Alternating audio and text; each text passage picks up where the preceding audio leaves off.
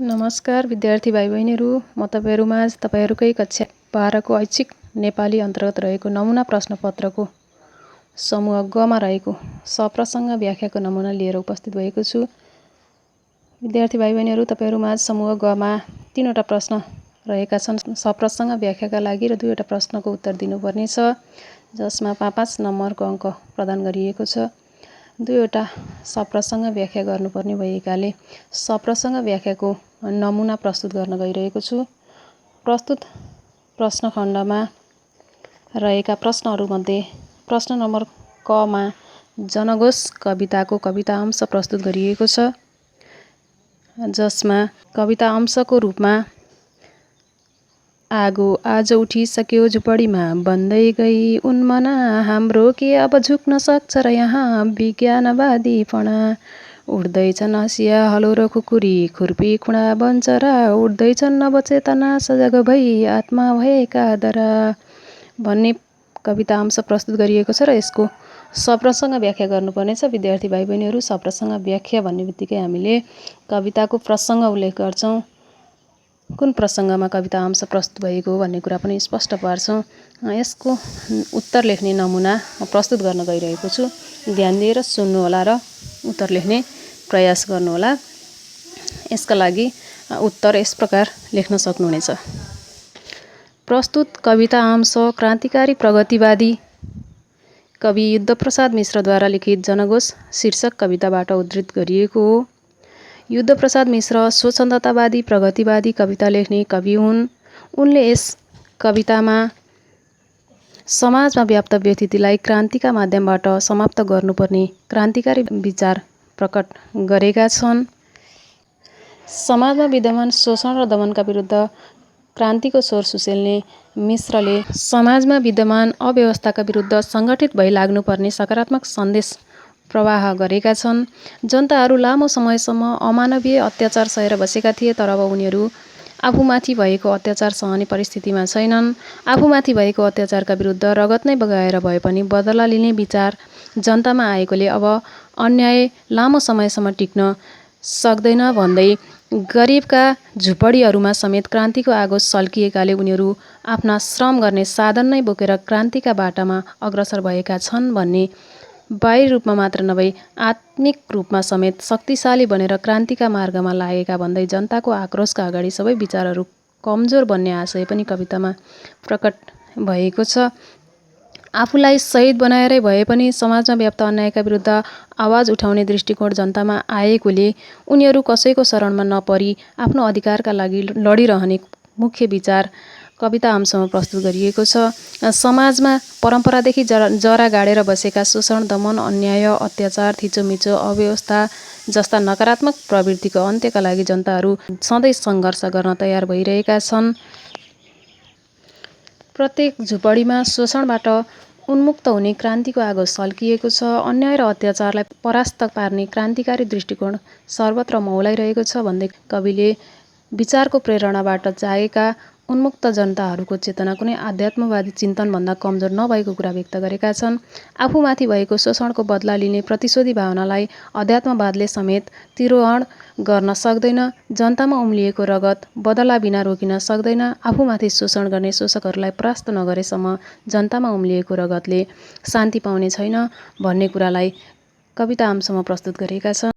जसले जनताका विचारलाई दमन गर्ने सोचाइ राखेका छन्, त्यस्ता घृणित प्रतिक्रियावादी विचारलाई र प्रतिक्रियावादीहरूको घमण्डी सोचाइलाई सदाका लागि समाप्त पारिदिने सामर्थ्य जनतामा लुकेको हुन्छ भन्दै जनताले अब शोषण सहन नसक्ने, बरु आफूमाथि भएको अत्याचारलाई सधैँका लागि समाप्त पारिदिन सक्ने विचार कवितामा आएको छ।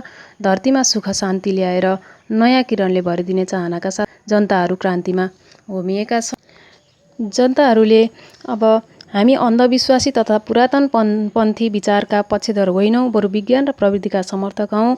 त्यसैले विज्ञानसँग जोडिएको हाम्रो ज्ञान कहिल्यै पनि कमजोर हुँदैन। जसले सदा सर्वदा हँसिया हलो खुकुरी खुर्पा खुडा बन्चरालाई आफ्नो जीवन सञ्चालन गर्ने साधन बनाए, तिनै श्रमिकहरू आज अन्यायका विरुद्ध आफ्ना हतियार लिएर सङ्गठित भइसकेको कुरा कवितामा प्रस्तुत भएको छ। उनीहरूले आफूमाथि भएको अन्यायलाई छुट्याइसकेका छन्, साथै अन्तरात्मादेखि नै चेतनाबाट प्रकाशित भएका व्यक्तिहरू आफूमाथि भएको अन्यायका विरुद्ध सङ्गठित भएर उठ्दैछन्, भएर त्रासमुक्त भई स्वतन्त्रताका पक्षमा उनीहरू आफ्नो आवाज बुलन्द पारिरहेका छन् भन्ने सन्दर्भमा कविले माथिका कविता अंश प्रस्तुत गरेका छन्। त्यसै गरी दोस्रो प्रश्न रहेको छ बाडी कथाबाट। यहाँ दोस्रो प्रश्नको रूपमा बाडी कथाको कथा अंश प्रस्तुत गरिएको छ, जसमा दैवी प्रकोपको अघिल्तिर नतमस्तक शिविरमा मानिसको श्वास प्रश्वास समेत सुस्ताइरहेको थियो। एउटा मानिसको व्यथा अर्को मानिसको व्यथामा मिसिएर एकाकार भएको थियो भन्ने कथा अंश प्रस्तुत गरिएको छ, जसको सप्रसङ्ग व्याख्या गर्नुपर्नेछ। यसका लागि उत्तर लेख्ने नमुनामा प्रस्तुत गर्न गइरहेको छु। यसको उत्तर निम्न अनुसार लेख्न सक्नुहुनेछ। प्रस्तुत कथा अंश मनोवैज्ञानिक कथाकार गोविन्द बहादुर मल्ल गोठालेद्वारा लिखित बाडी शीर्षक कथाबाट उद्धृत गरिएको हो। गोविन्द बहादुर मल्ल गोठाले मनोवैज्ञानिक कथा लेख्ने कथाकार हुन्। उनले यस कथामा दैवी प्रकोपका रूपमा रहेको बाडी र त्यसले सिर्जना गरेको समस्यालाई मूल रूपमा प्रस्तुत गरेका छन्। दैवी प्रकोपका कारण पीडित बनेका व्यक्तिहरूलाई उद्धार गरी शिविरमा ल्याएपछि शिविरको वातावरण प्रस्तुत गर्ने क्रममा कथाकारले माथिको कथा अंश प्रस्तुत गरेका हुन्। यस कथामा बाढीका कारण उब्जिएको समस्यालाई मुख्य रूपमा चित्रण गरिएको छ। बाढीका समस्याका कारण उत्पन्न मानसिक उतार चढावलाई यहाँ मार्मिक ढङ्गले वर्णन गरिएको छ। यस कुरालाई कथामा धनियाको जीवन कथा मार्फत प्रकाश पार्ने प्रयास गरिएको छ। प्रस्तुत कथामा बाढीका कारण धनियाको परिवारको मृत्यु भएको तथा उसको मालिक रमाबाबु परिवार गुमाएर शिविरमा शरणार्थी भई बसेको घटनालाई महत्त्वका साथ प्रस्तुत गरी धनियाको मानसिक पीडाको चित्रण गरिएको छ। मालिक रमाबाबु स्मरण शक्ति गुमाएर शिविरमा बसेको देखेर धनियालाई आफूले परिवार गुमाएको पीडाभन्दा मालिकको दुर्दशाबाट बढी आघात पुगेको छ। निम्नवर्गीय व्यक्तिहरूले आफ्नो दुःखलाई भन्दा अर्काको दुःखलाई ठुलो मान्ने वास्तविकतालाई कथामा धनियाको सोचाइ र व्यवहारका माध्यमबाट स्पष्ट पारिएको छ। प्राकृतिक विपत्तिमा सङ्घर्ष गरेर बाँचेका मान्छेलाई त्यही घटनाले सताइरहन्छ। धनियाले जति बेला पनि बाढी आएको र त्यसले विपत्ति मचाएको कुरा स्मृतिमा ल्याइरहेको सन्दर्भद्वारा यस कुरालाई स्पष्ट पारिएको छ। बाढीको प्रकोपले एक्लो भएको धनियाले आफ्नो विगत र गुमेका परिवार सम्झेर रुन पुग्छ। यसरी धनियाको मानसिक पीडा, व्यथा, छटपटी, स्मृति र वेदनालाई कथामा मार्मिक ढङ्गले चित्रण गरिएको छ। प्रस्तुत कथामा तराई समाजको वास्तविकतालाई महत्त्वका साथ चित्रण गरिएको छ। तराईमा प्रत्येक वर्ष बाढीको समस्या रहेको र उक्त स्थानमा वर्गीय असमानताको स्थिति टट्कारो रहेको कुरा कथामा प्रस्तुत गरिएको छ। हाम्रो समाजमा रहेको हलिया प्रथा, हरुवा प्रथा, कमैया प्रथा जस्ता विकृतिहरूलाई देखाएर त्यसको विरोध गर्न र सामाजिक समानता कायम गर्न कथाले अनुरोध गरेको छ। समाजमा रहेको यस्तो वर्गीय विभेदलाई अन्त्य गर्नको लागि समाजमा रहेका व्यक्तिहरू सामर्थ्य नभएमा प्रकृतिले यसको व्यवस्थापन गर्छ भन्ने कुरालाई बाढी कथा मार्फत प्रस्तुत गरिएको छ। दैवी प्रकोपको रूपमा रहेको बाढीले वर्गीय असमानतालाई अन्त्य गर्ने धारणा प्रस्तुत गर्दै समाजमा रहेको वर्गीय विभेदको अन्त्य गर्न प्राकृतिक प्रकोपको मुख्य भूमिका रहने र उक्त प्राकृतिक प्रकोपले समाजमा धनी र गरिब नछुट्याउने कुरालाई कथामा प्रस्तुत गरिएको छ। यसरी प्राकृतिक विपत्तिले धनी गरिब केही नभनी समान व्यवहार गर्ने र विपत्तिमा परेका सबै मानिसहरूको दुःख पीडा समान हुने विचार व्यक्त गर्दै कथाकारले शिविरमा रहेका सबै मानिसको श्वास प्रश्वास सुस्ताइरहेको साथै एक अर्काको दुःख र व्यथा, अर्को मानिसको दुःख र व्यथामा एकाकार भएको भाव माथिको कथा अंशमा प्रस्तुत गरेका छन्। त्यस्तै तेस्रो प्रश्न रहेको छ निबन्ध खण्ड अन्तर्गत गोमन सर्प किन दुलोभित्र पस्छ भन्ने निबन्धबाट एक निबन्ध अंश प्रस्तुत गरिएको छ, जसमा प्रश्न रहेको छ महानता र नीचता जीवनका दुई जीवन पद्धति हुन्। यस निबन्ध अंशको सप्रसङ्ग व्याख्या निम्न अनुसार गर्न सकिन्छ। प्रस्तुत निबन्ध अंश विचार प्रधान निबन्धकार आनन्ददेव भट्टद्वारा लिखित गोमन सर्प किन दुलोभित्र पस्छ शीर्षक निबन्धबाट उद्धृत गरिएको हो। आनन्ददेव भट्ट प्रगतिवादी विचार व्यक्त गर्ने निबन्धकार हुन्।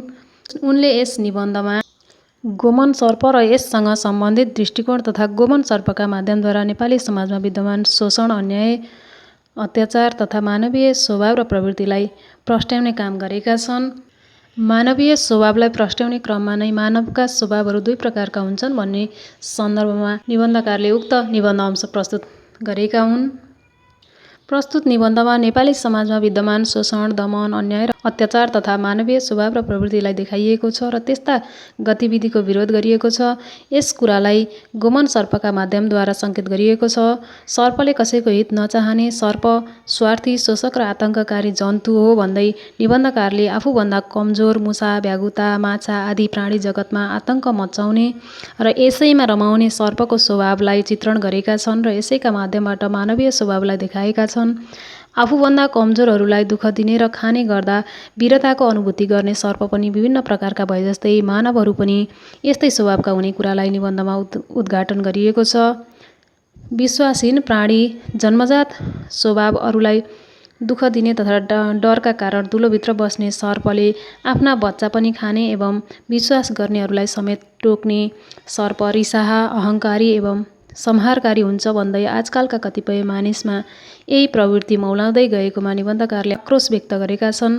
बाघ, स्याल, मुछो जस्तै अपराधी सर्प आतङ्ककारी, शोषक, षड्यन्त्रकारी, स्वार्थी र अन्यायको प्रतिमूर्ति हो भन्दै निबन्धमा समाजमा पनि गोमन सर्पको जस्तै प्रवृत्ति भएका मानिसहरू प्रशस्तै छन् र यस्ता मानिसहरू गोमन जस्तै अन्यायी, अत्याचारी, आतङ्ककारी, षड्यन्त्रकारी, अहङ्कारी एवं स्वार्थी रहेका छन् भन्ने कुरा उद्घाटन गरिएको छ। सर्प स्वभावका यस्ता मान्छेको विश्वास गर्नु भनेको आफूलाई समाप्त गर्नु हो तथा यस्ता व्यक्तिहरूका मानसपटलमा षड्यन्त्र र विनाश बाहेक कुनै योजना नहुने भएकाले यिनीहरूबाट बच्नुपर्ने कुरा निबन्धमा प्रस्तुत गरिएको छ।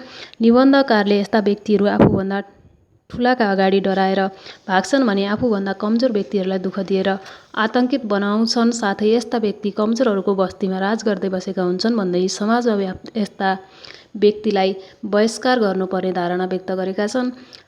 निबन्धमा कमजोर मानिसलाई प्रहार गर्ने प्रवृत्तिप्रति व्यङ्ग्य प्रहार गरिएको छ। हाम्रो समाजमा रहेका गोमन सर्प जस्ता शोषकका विरुद्ध सचेततापूर्वक लड्नुपर्ने सन्देश दिइएको छ।